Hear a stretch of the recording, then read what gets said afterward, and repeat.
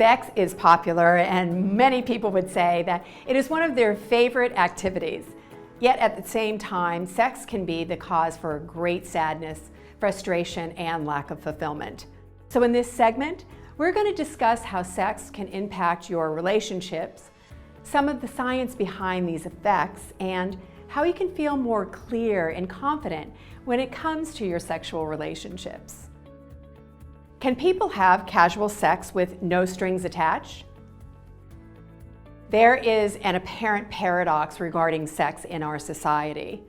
People want to find loving, committed relationships, but at the same time, society bombards us with messages about short-term gratification and living for the moment. We see this in attitudes like the swipe right culture, which becomes an excuse for behaviors that people often end up regretting later. In this paradox context, we will look for love, but also wonder whether casual sex is possible without developing a deeper attachment. A useful way of looking at the issue of casual sex is to start by thinking of sex as a coin with two sides. So on one side, we have the physiological aspects of sex, and then on the other side, the psychological components. So let's talk about each of these sides in turn and how they'll connect with one another to form a whole experience of sex. So from a physiological and biological view, the drive for sex is a natural and inherent one. If we didn't have the instinctual urge to have sex, humans wouldn't even exist as a species. So this natural desire originates in the part of the brain called the limbic system. So the limbic system is heavily involved in a process like emotion and arousal and memory. Sexual arousal, attraction, and having sex causes the limbic system to activate and begin sending messages that facilitate emotional bonds, which create attachment between partners. And the limbic system activation and the level of the attachment that forms during sex can occur even during the first time two people even have sex. And the attachment naturally can become even stronger as two people have sex more often. So if you've had a one-night stand and you might feel some regret the next day, you might have some feelings for this person but wish that you didn't even care. You might be plagued by thoughts that you should have done things differently. In the case of a longer relationship, you might even feel worse about its breakup. And all of these psychological feelings related to the physiological process in the limbic system is what's happening. At the time when you had sex, your limbic system initiated a series of physiological changes that created an emotional sense of connection between you and your partner. You may have heard of a compound called oxytocin. Oxytocin gets referred to in the media as happy hormone. So this is when our limbic system gets aroused. It fires off messages to start producing and releasing oxytocin. Oxytocin binds to the receptors in our brain that actually cause us to feel emotional connections with our sexual partner. So this happens for both men and women, but women show a more sensitized response to oxytocin. Women's estrogen hormones enhance the effects of oxytocin in the brain, while men's testosterone dampens the effects.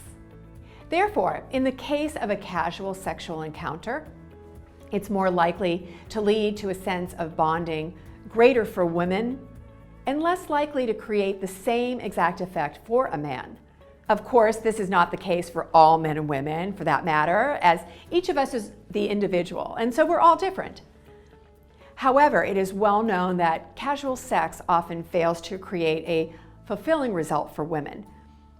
As much as women would like to think that they can avoid becoming attached through casual sex, it is definitely an emotional risk. Do women and men act differently after sex? Another cultural message that we often hear is that women get clingy after sex, while men become detached or aloof.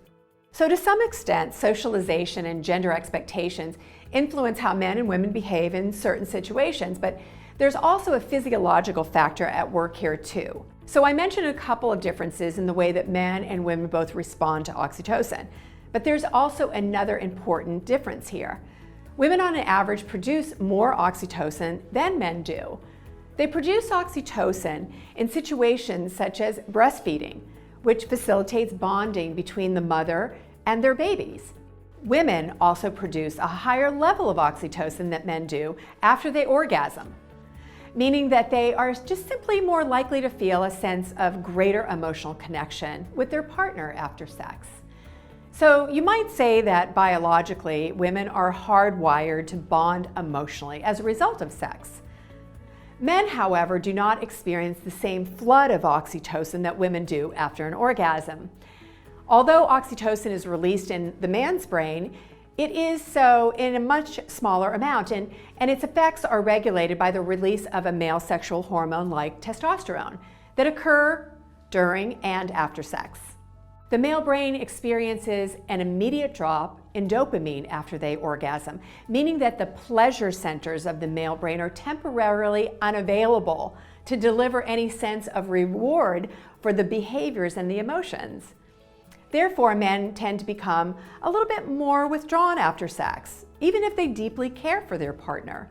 So this explains why one partner sometimes wants to cuddle after sex, only to find out that the other partner wants nothing more than just to fall asleep. So this brings us back to the concept of casual sex. Even though people might think that friends with benefits relationships are possible, or that two people can have sex just to physically feel good with no emotional attachment, they're actually developing an emotional bond over time. Both males and females experience increased levels of brain and hormone activity having sex with the same partner repeatedly. Dr. Helen Fisher, a researcher on the science of love, notes that this emotional development differs in each individual. The creation of an emotional bond from having sex can be positive and empowering if you're involved with an emotionally mature partner.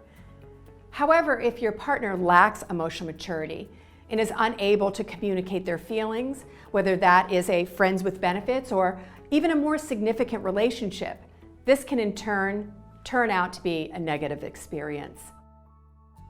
How can we gain a clear understanding into the meaning that we give to sex? In the Clarity video, I encourage you to get clear on the meaning that you give sex if you're going to have a healthy romantic relationship, and that you must become aware of the meanings that you assign to sex and the meanings that your partner assigns to sex. So let's examine this idea in more detail, because it has some very significant implications for your self-empowerment as an individual. If you recall in the Clarity program, we discussed sex as an activity similar to eating chocolate. These activities are enjoyable while we are engaging in them, but these actions do not have any predefined meanings other than the meaning that we give them.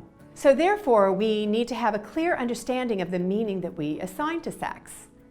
So by getting clear on the meaning, we can understand sex and ourselves a bit better. Each person experiences sex in a very unique way.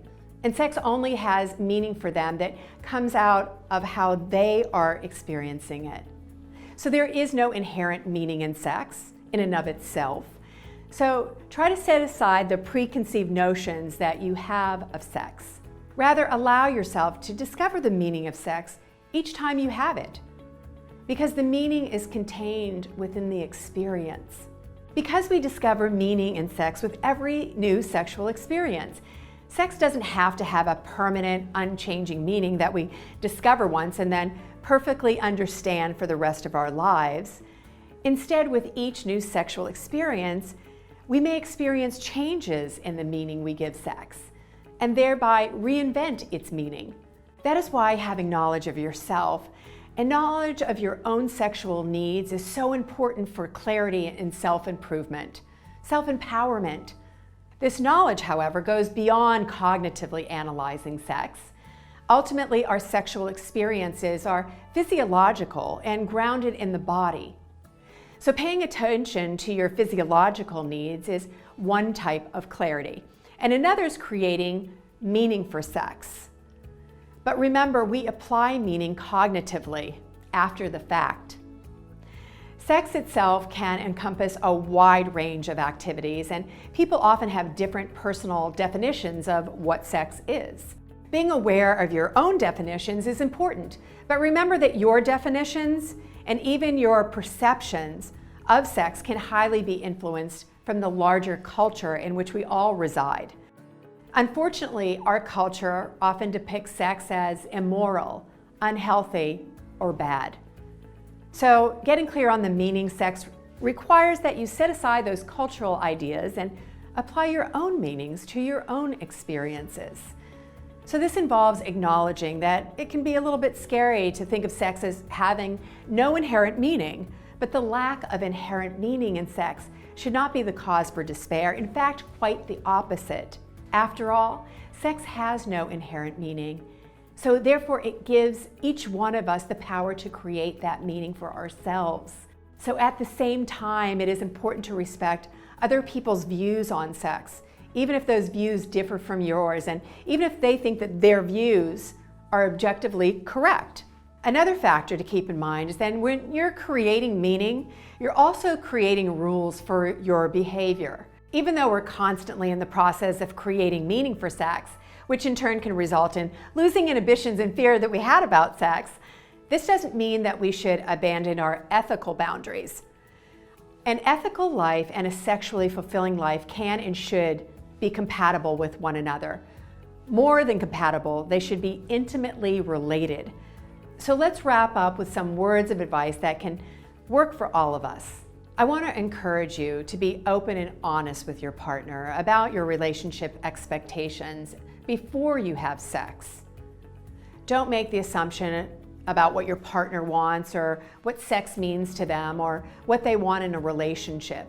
So discussing all of these things, it can help you overcome any anxieties that you have about sex and prevent the stress that's associated, wondering how a person is feeling about you, and develop a healthier and a long-lasting, happier relationship.